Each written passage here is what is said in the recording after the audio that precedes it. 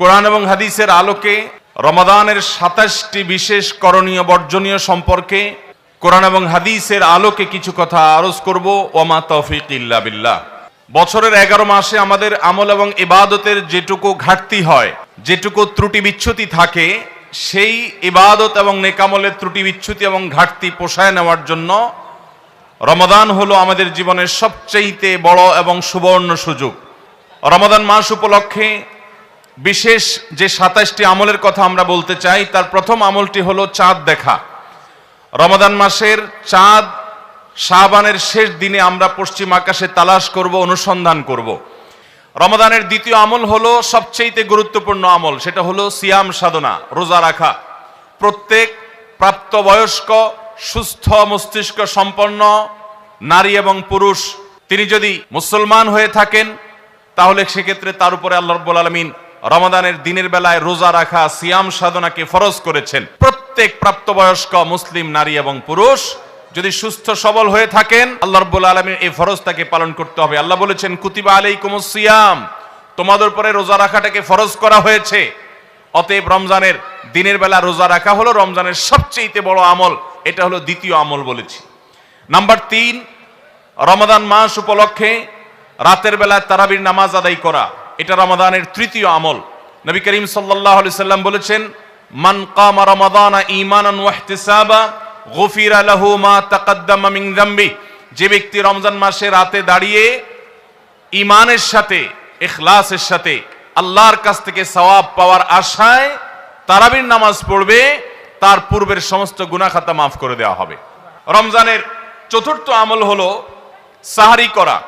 আমরা অনেকে ইচ্ছাকৃতভাবে সাহারি করি না, হয়তো কখনো ভালো লাগে না সাহারি করতে, খাওয়ার রুচি থাকে না, আমরা সাহারি খাই না। সাহারি খাওয়া ছাড়াও যদি কেউ রোজা রাখে, রোজা হয়ে যাবে, কিন্তু সাহারি খেলে আপনার খাদ্য গ্রহণ হবে, পাশাপাশি আপনি সওয়াব লাভ করবেন।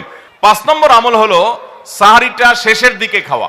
এখনো অনেক মুরব্বীরা আছেন গ্রামাঞ্চলে, তারা মাঝরাতে সাহারি খেয়ে ফেলেন, ১২টা ১টার দিকে সাহারি খেয়ে ফেলেন।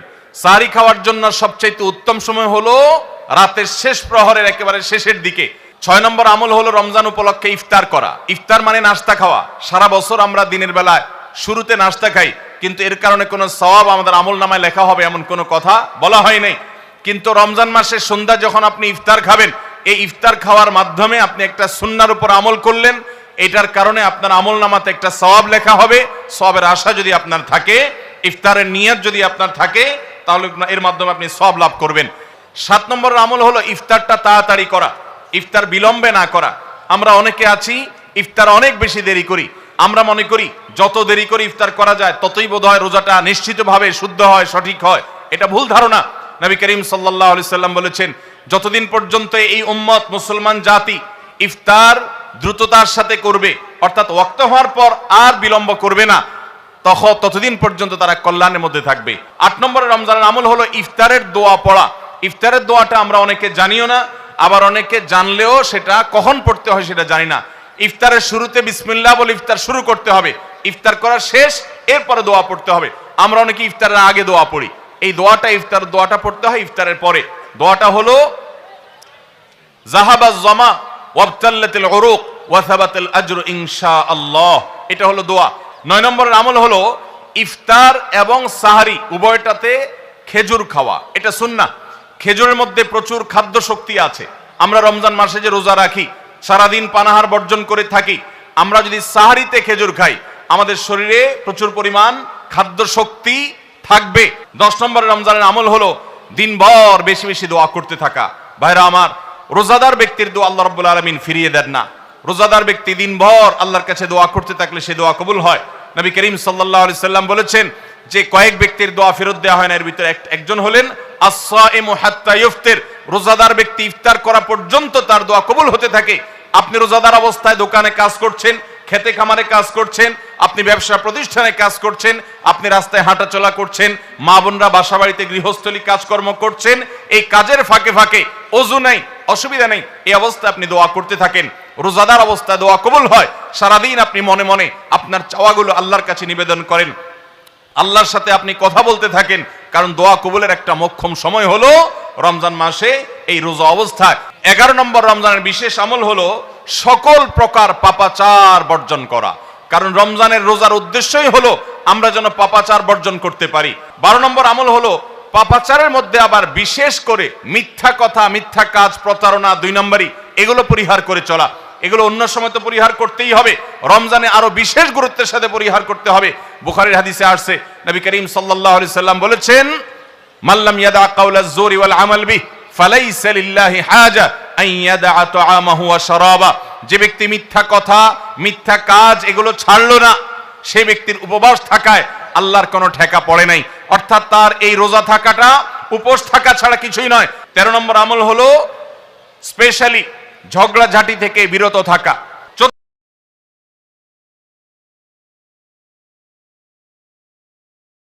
14 নম্বর বিশেষ আমল হলো সাধারণ যত আমল আছে, সাধারণ যত ভালো কাজ আছে, সেই ভালো কাজগুলো এই মাসে সবচেয়ে বেশি গুরুত্বের সাথে করা। কারণ আপনারা জানেন, নবী করিম সাল্লাল্লাহু আলাইহি সাল্লাম বলেছেন, রমজানের শুরুর দিকে আল্লাহর পক্ষ থেকে এক ফেরেশতা ঘোষণা দিতে থাকে, ইয়া বাগিয়াল খায়র আকবিল। তোমাদের মধ্যে কেউ কি কোনো কল্যাণের পথে চলতে চায়, এমন কোন মানুষ আছে যে কল্যাণকামী, যে ভালো কাজ করতে চায়, তাহলে সে যেন অগ্রসর হয়। কারণ ভালো কাজ করার মৌসুম এসেছে, সময় এসেছে, সুবর্ণ সুযোগ এসেছে। এটা আমল করার সময়, এটা নিজের আমল নামার শূন্য স্থানগুলো পূরণ করার সময়, এটা জান্নাতের পথে এগিয়ে যাওয়ার সময়। অতএব যত নেক আমল আছে, সেটা যেই ধরনেরই হোক না কেন, সকল ভালো কাজ সবচেয়ে বেশি করতে হবে এই রমজান মাসে। 15 নম্বর আমল হলো খুব গুরুত্বের সাথে ইস্তেগফার করা, আল্লাহর কাছে গুনাহ মাফ চাওয়া।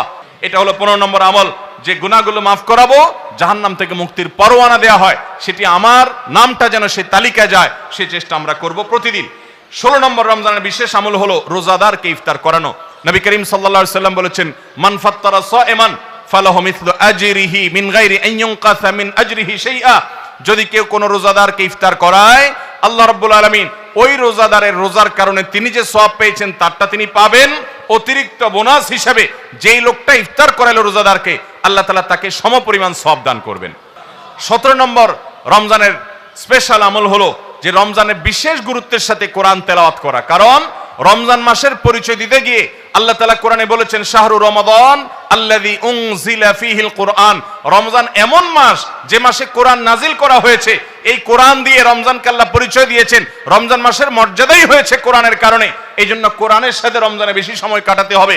কোরআনের হালাকা করবেন, কোরআনের মজলিস করবেন, কোরআন শিক্ষার আসর করবেন, ইমাম সাহেব মুয়াজ্জিন সাহেবকে দিয়ে প্রতিটা মসজিদে মসজিদে মুসল্লিরা কোরআন শুদ্ধ করবেন, বিশুদ্ধ করে তেলাওয়াত করবেন। কোরআন প্রতিদিন একটু একটু করে তেলাওয়াত করবেন। সম্ভব হলে গোটা রমজানে কমপক্ষে একটা বার কোরআন পড়ে শেষ করবেন।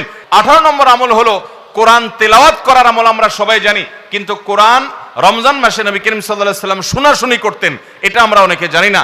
জিবরিল আলাইহিস সালামের সাথে নবী করিম সাল্লাল্লাহু আলাইহি সাল্লাম কোরআন শোনাশুনি করতেন। তিনি জিবরিলকে শোনাতেন, জিবরিল তাকে শোনাতেন। এই জন্য রমজান মাসে আপনি কোরআন তেলাওয়াত করে আপনার স্ত্রীকে শোনান, স্ত্রী তেলাওয়াত করবে, আপনি শুনেন, আপনি অন্য কারোর সাথে এভাবে শোনাশুনি করেন। 19 নম্বর আমল হলো সাদাকা করা, দান করা। 20 নম্বর আমল হলো সাহরি খেতে আমরা যখন উঠি তখন একটু তাহাজ্জুদের নামাজ পড়া, একটু দোয়া করা। এই সুযোগটা 11 মাস আমাদের হয় না। তাহাজ্জুদের নামাজ এত